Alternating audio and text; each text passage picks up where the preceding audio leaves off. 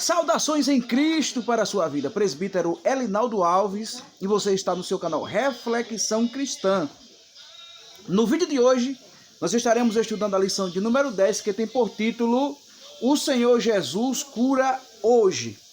Nós estamos estudando as lições da CPAD e tem como título central O Verdadeiro Pentecostalismo. Então, no vídeo de hoje, nós estaremos trazendo mais uma lição desta feita de número 10, para junto nós crescermos na graça e no conhecimento da palavra de Deus. Antes de nós continuarmos na lição, eu quero pedir a você, por gentileza, que não é inscrito no nosso canal, você se inscrever. Você que já é inscrito, dá só uma conferida se você ainda continua inscrito no nosso canal, para que junto nós possamos trocar conhecimento e adorarmos o nome do Senhor Jesus aqui nesta plataforma. Inclusive, eu já quero agradecer quase os 500 inscritos no canal, e aqueles que ainda não são inscritos, eu quero convidar você para se inscrever, pois eu tenho certeza que você será ricamente abençoado através dos conteúdos que semanalmente a gente está disponibilizando aqui no canal Reflexão Cristã. A lição de hoje fala sobre cura. E quando nós falamos de cura, nós estamos falando de uma ação de Deus na vida das pessoas. Esta cura pode ser de teor físico, pode ser emocional, pode ser psicológico. Em N áreas, o Senhor ele atua com o seu grandioso poder, graça e misericórdia, trazendo cura para as pessoas. A leitura bíblica em classe dessa semana está no livro do profeta Isaías, capítulo 53, e os versículos do 4 ao 6, e no Evangelho de Jesus Cristo, segundo escreveu São Mateus, capítulo de número 8, os versículos 16 e os versículos de número 17. Nós temos aqui alguns tópicos, no caso 3 tópicos, e o primeiro tópico diz: a cura divina na Bíblia. O segundo tópico da lição diz: a cura divina como parte da salvação. E o terceiro e último tópico diz: a cura divina e os desafios atuais. Vamos para o primeiro tópico. O primeiro tópico diz assim: a cura divina na Bíblia. Aí o primeiro subtópico da lição diz: a saúde pública no Antigo Testamento. Aí diz assim: a cura dos enfermos em Israel era essencialmente milagrosa, principalmente acerca das doenças graves. O remédio não estava nos médicos, como também nos vizinhos, mas a cura estava em Deus. Deuteronômio capítulo 17 e o versículo de número 14. Aliás, Deuteronômio não, Jeremias capítulo 17 e versículo 14. O segundo subtópico da lição diz assim: a prevenção das doenças na Bíblia. Diz assim: a alimentação saudável e uma higienização adequada são bons hábitos que contribuem para a boa saúde. Então, esse segundo subtópico aqui traz para nós a importância de nós termos também os nossos compromissos. Muitas das vezes o mal nos atinge porque existe responsabilidade totalmente que está sobre os nossos ombros. Deus faz a parte dele, como é o primeiro tópico do tópico 1, que a cura não estava nos remédios nem nos vizinhos, mas a cura estava em Deus. Mas o segundo subtópico aqui traz para nós que a prevenção das doenças tem como aqui um leque de ensino que nós precisamos também fazer a nossa parte. Como, por exemplo, nós sabemos que as enfermidades podem ser totalmente oriunda do arquirrival. Tem passagens na Bíblia que uma mulher curvada estava há 18 anos enferma por um espírito que a atormentava. Então existe enfermidade de cunho espiritual. Existe também enfermidade como o cego de nascença, que era para Deus ser glorificado. Mas também existe enfermidade como consequências do pecado. Mas também existe enfermidade como uma falta de precaução, como falta de, como diz aqui, de prevenção, e isso faz com que as enfermidades venham assolar a sociedade, venham assolar as pessoas. Então, o segundo subtópico aqui diz que uma boa alimentação, a higienização, e eu quero acrescentar aqui, exercícios físicos, dormir regularmente. Então isso contribuirá para que as enfermidades não possam nos atingir. O terceiro subtópico fala sobre o Novo Testamento, as curas de Jesus. Então existe N curas de Jesus. E o que eu quero destacar aqui, a cura de Jesus, tem uma passagem em Lucas, capítulo de número 7, que é muito conhecido, sobre a ressurreição do filho da viúva de Naim, a enfermidade pela qual ele veio a óbito, a Bíblia não descreve. Mas o que nós entendemos aqui, nesse ainda primeiro tópico da lição, é que Jesus, ele realizava grandes milagres. Jesus realizava grandes proezas. E dentro desse episódio de Lucas, capítulo de número 7, a gente, dando uma analisada nas Santas Escrituras, a Bíblia registra 10 ressurreições, 3 no Antigo Testamento e 7 no Novo Testamento. E essa passagem aqui, da cura, da ressurreição de Jesus na vida daquele jovem, a gente precisa aqui entender um detalhe. Jesus passou o dia todinho em Cafarnaum, curando, ensinando, trazendo o reino de Deus para as pessoas, mas depois Jesus vai para Naim, e a distância de 30 quilômetros. Quando Jesus chega em Naim, está saindo aqui um enterro, está saindo aqui uma multidão em um cortejo fúnebre, e Jesus se aproxima, e antes de Jesus fazer aqui a ressurreição do filho da viúva de Naim, Jesus vai curar primeiro a mãe daquele defunto. E a Bíblia diz que Jesus olha para ela, Lucas 7:13, e olhando para ela, o Senhor foi movido de íntima compaixão, e depois o Senhor diz: não chores. Então a gente vê aqui que Jesus vai curar o emocional daquela mulher. E quando a gente fala do luto, propriamente dito, 5 coisas acontecem no luto. O primeiro acontecimento é a negação. É aquela pessoa que vai não aceitar o que está acontecendo. Isso não pode estar acontecendo comigo. O segundo acontecido no luto é a raiva. Por que isso aconteceu comigo? Por que eu perdi? Por que esse ente querido foi embora? É o período da raiva. Em terceiro lugar vem a barganha. É você dizer: Senhor, se o Senhor trouxer de volta, se o Senhor ressuscitar, se o Senhor fazer um milagre, eu prometo fazer isso e aquilo. É o período da barganha. Em quarto lugar vem a depressão, a dor, a angústia profunda. E em quinto lugar vem a aceitação. Então, quando nós falamos aqui, ainda nesse primeiro tópico da lição, as curas no Novo Testamento, os milagres de Jesus, a gente vê que nesse episódio aqui de Lucas, capítulo 7, Jesus, ele vai primeiro curar o emocional daquela mulher.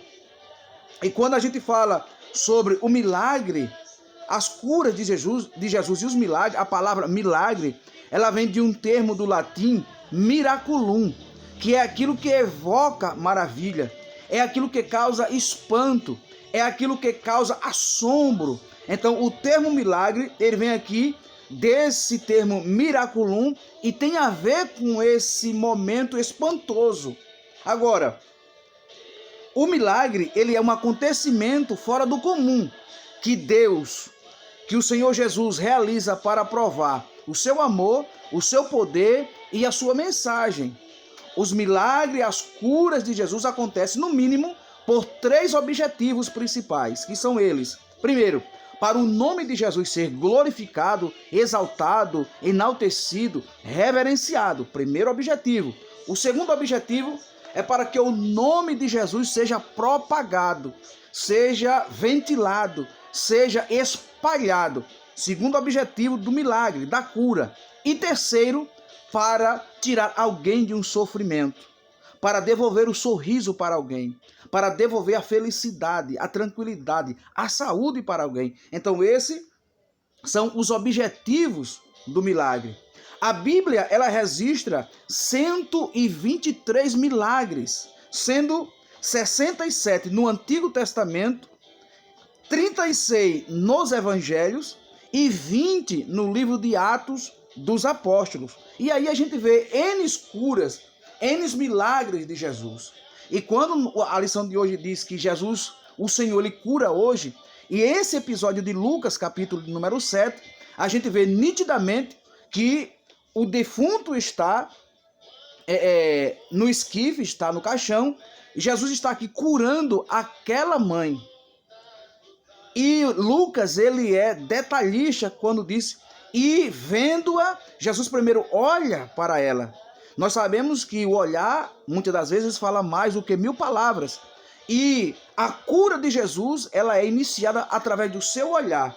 Eu acredito que Jesus, através do seu olhar, fitos nos olhos daquela mãe, Jesus pôde projetar naquela mulher a paz através do seu olhar, a comunicação do silêncio do seu olhar. Então Jesus primeiro olha para ela, depois Jesus ele faz a segunda coisa. Jesus é movido de compaixão. Então a cura na Bíblia, a cura no Novo Testamento, que ainda é o primeiro tópico da lição para a gente passar para o segundo tópico, ele é movido aqui pela compaixão de Jesus. E o que eu acho interessante, a palavra latina, compassion, quer dizer se compadecer, quer dizer compartilhar a dor. Até porque a palavra paixão no grego vem da palavra patos, de onde vem a palavra patologia, de onde vem a palavra dor, sofrimento. Então Jesus, ele é movido de íntima compaixão, Lucas 7,13. Depois da compaixão de Jesus, Jesus agora vai se comunicar com a mulher. Jesus olha para ela, Jesus é tomado por uma compaixão, e agora Jesus olha para ela e diz, não chores. Aí toca no esquife, levanta aquele jovem e o milagre acontece, porque Jesus, ele realiza os seus milagres por meio da sua compaixão, do seu partilhar a dor, da sua benevolência. E a lição, ela diz aqui nesse primeiro tópico, no terceiro subtópico, que o Novo Testamento e as curas de Jesus. Então, nós entendemos que por meio da sua misericórdia, grandes milagres o Senhor realizou nos evangelhos. E a Bíblia registra 36 milagres registrados aqui nos evangelhos. E no livro de Atos, são 20 milagres. No Antigo Testamento, 67, dando um total de 123 milagres. Vamos para o segundo tópico da lição, diz assim, a cura divina como parte da salvação. Esse tópico, ele traz para nós aqui, o primeiro subtópico diz assim, a salvação. Então, o que é a salvação? A salvação é o livramento de um perigo iminente. Dentro do contexto da lição, esse termo salvação pode estar voltado para uma cura física, salvar alguém de uma situação econômica drástica, relacionamento conjugal, N coisas. Mas também a salvação aqui tem como base o livramento da morte eterna. E então a salvação tanto era o livramento, quanto também a salvação eterna na vida de todos aqueles que crê no Senhor Jesus. O segundo subtópico fala sobre a cura divina. E vem aqui até a definição, que esta cura é justamente um ato soberano da graça e misericórdia de Deus. Então, o que é graça? Graça é um favor imerecido que Deus concede ao homem, sem que este homem mereça. E a misericórdia, a graça, são duas facetas do caráter moral de Deus. A graça me livra daquilo que eu mereço. e a misericórdia me dá aquilo que eu não mereço. Então, quando Jesus ele usa da sua graça, ele está favorecendo alguém sem que aquela pessoa mereça. O que podemos entender com isso? Por exemplo, a salvação é algo que Deus dá para o homem sem que o homem mereça. E o que é a misericórdia de Deus? O inferno. O inferno é o homem merecer o inferno, a misericórdia de Deus resgata a pessoa do inferno. Vamos entender. Nós vamos para o céu por meio da graça, ou seja, o céu é meu sem que eu mereça. Agora, a misericórdia me arranca do inferno porque era o lugar que eu merecia. O inferno, do inferno eu sou livre pela misericórdia, porque eu merecia o inferno. E eu vou para o céu sem eu merecer por causa da graça. Então, a misericórdia me tira do inferno e a graça me coloca no céu. Você entendeu? A misericórdia me tira do inferno e a graça me coloca no céu. Então, a cura, que é o assunto de hoje, tem aqui como essa finalidade, essa ação, esse ato da misericórdia e da compaixão de Deus. O terceiro subtópico diz assim, do tópico 2, a salvação e a cura. O Senhor Jesus ele disse, ide por todo mundo pregar o evangelho a toda criatura. Aquele que crê, for batizado, será salvo. E estes sinais seguirão os que crerem. Em meu nome expulsarão demônios, falarão nova língua, imporão as mãos sobre os enfermos e os curarão. O que nós achamos aqui interessante nessa lição é que essa cura de Deus, essa cura divina, é um ato soberano da graça de Deus. Aí as pessoas, aqueles que acham que a cura cessou, foi só no primeiro século, só até os apóstolos, mas nós sabemos que a cura não parou. Nós estávamos aqui evangelizando, aqui na cidade onde nós moramos, cidade de Rio Largo, 32 quilômetros da capital das Alagoas, Maceió, e nós estávamos evangelizando, entramos numa casa e tinha ali uma senhora acamada totalmente. E um dos coordenadores aqui, que é o cooperador Wilson, ele disse, a senhora crê que Jesus pode levantar a senhora dessa situação? E ela disse, eu creio. Então ele disse, eu vou orar e a senhora vai levantar-se dessa situação. E ali levantamos as vozes em oração e aquela mulher recebeu a cura. Ela saiu daquela situação, era um problema físico, ela não tinha forças mecânicas, anatômicas para se levantar da cama, ela recebeu a cura, o nome do Senhor foi glorificado e nós, como obedientes ao ID de Jesus, ficamos totalmente radiantes por ver a ação de Deus curando em pleno século 21, pois Deus, ele é o mesmo ontem, hoje e eternamente. Aí aqui vem o quarto subtópico do tópico 2, que fala sobre a explicação da leitura bíblica em classe, que foi o livro do profeta Isaías, que é o capítulo 53, e os versículos 3 e 4. E para nós finalizarmos esse resumo da lição de número 10, o terceiro e último tópico diz assim, a cura divina e os desafios atuais. Primeiro, as doenças. As enfermidades são uma das causas de maior sofrimento às pessoas. Eu não quero aqui entrar em detalhe, mas nós estamos vivendo um momento atípico e nós sabemos que precisamos como nunca de uma intervenção divina. Precisamos fazer a nossa parte, os políticos, os líderes governamentais precisam fazer a sua parte, mas nós também precisamos fazer a nossa. E o sofrimento, as enfermidades, é uma das causas de maior sofrimento na sociedade atual. Mas a lição ela traz para nós aqui que as consequências direta ou indireta do pecado. Ou seja, essas enfermidades, elas podem ser de origem espiritual, por consequências do pecado, mas também pode ser de origem humana, como eu falei lá no começo do vídeo. O segundo subtópico do tópico 3 diz assim, as enfermidades entre os crentes. Aí a gente vê, às vezes, algumas pessoas que têm a oportunidade de ficar calada. O provérbio diz que quando o tolo se cala, ele é tido por sábio, né? E quando ele cerra os seus lábios, ele é comparado a um prudente, a um entendido. Então a gente viu um famoso, aí um cantor falando, por que vocês não oram para expulsar esse vírus e tal e tal? Não é bem assim. A igreja está orando, fazendo a sua parte. Nossos líderes nacionais, pastor José Wellington Bezerra da Costa Júnior, nosso pastor estadual, reverendo Orisvaldo Nunes, nosso pastor aqui da cidade, que é o pastor Arnóbio Tavares, e o pastor da minha congregação, que é o presbítero Alberto Dom Júnior, a igreja está orando e buscando ao Senhor. Mas nós precisamos entender que dentro desse tópico que nós estamos estudando, a Bíblia também ela traz aqui alguns homens que tiveram as enfermidades. E a Bíblia aqui fala sobre o apóstolo São Paulo, fala sobre Tiago, que homens que sofreram, Paulo, espinho na carne, Timóteo tinha uma doença estomacal, e homens que levaram as suas vidas, não deixaram de servir a Deus, não voltaram atrás, e a sua vida devocional a Deus não estava condicionada à saúde.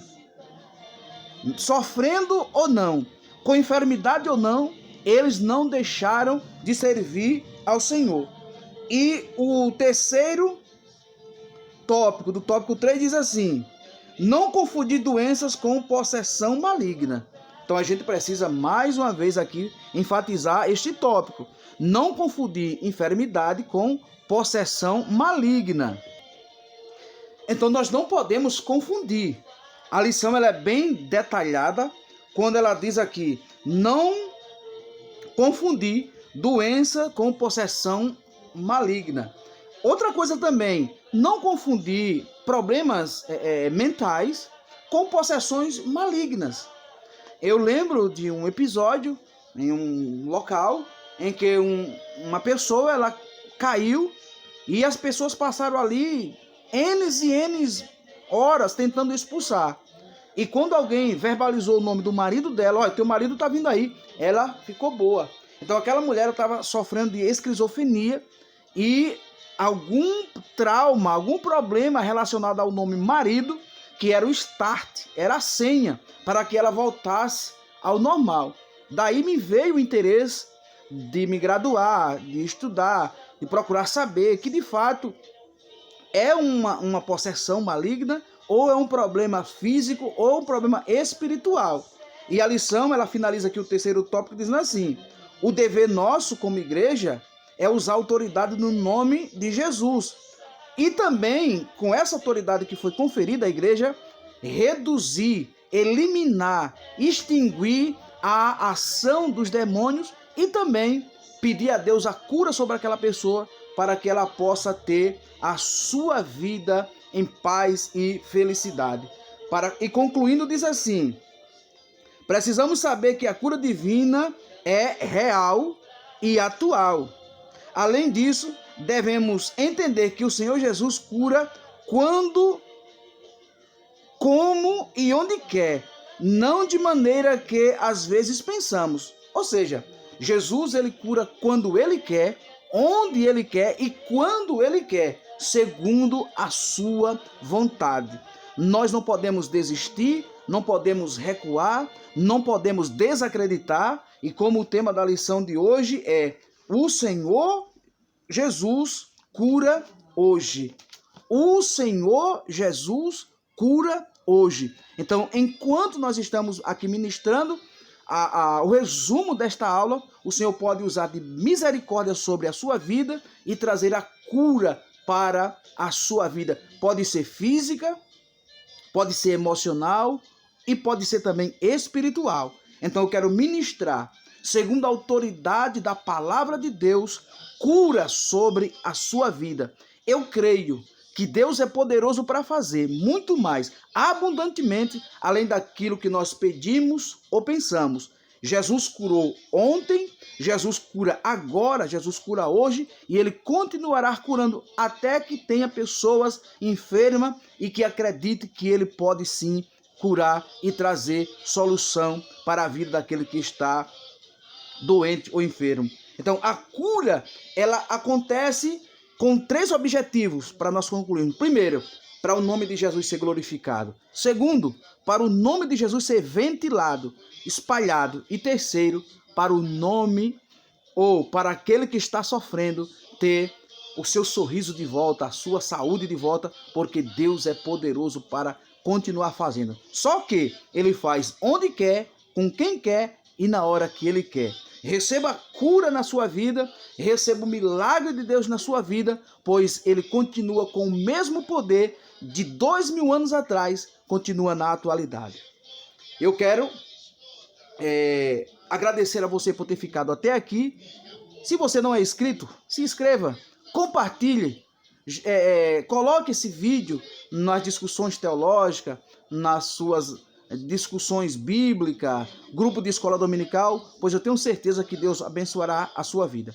Espero você na próxima aula de número 11, e eu tenho certeza que Deus irá abençoar a sua vida. Fique na paz.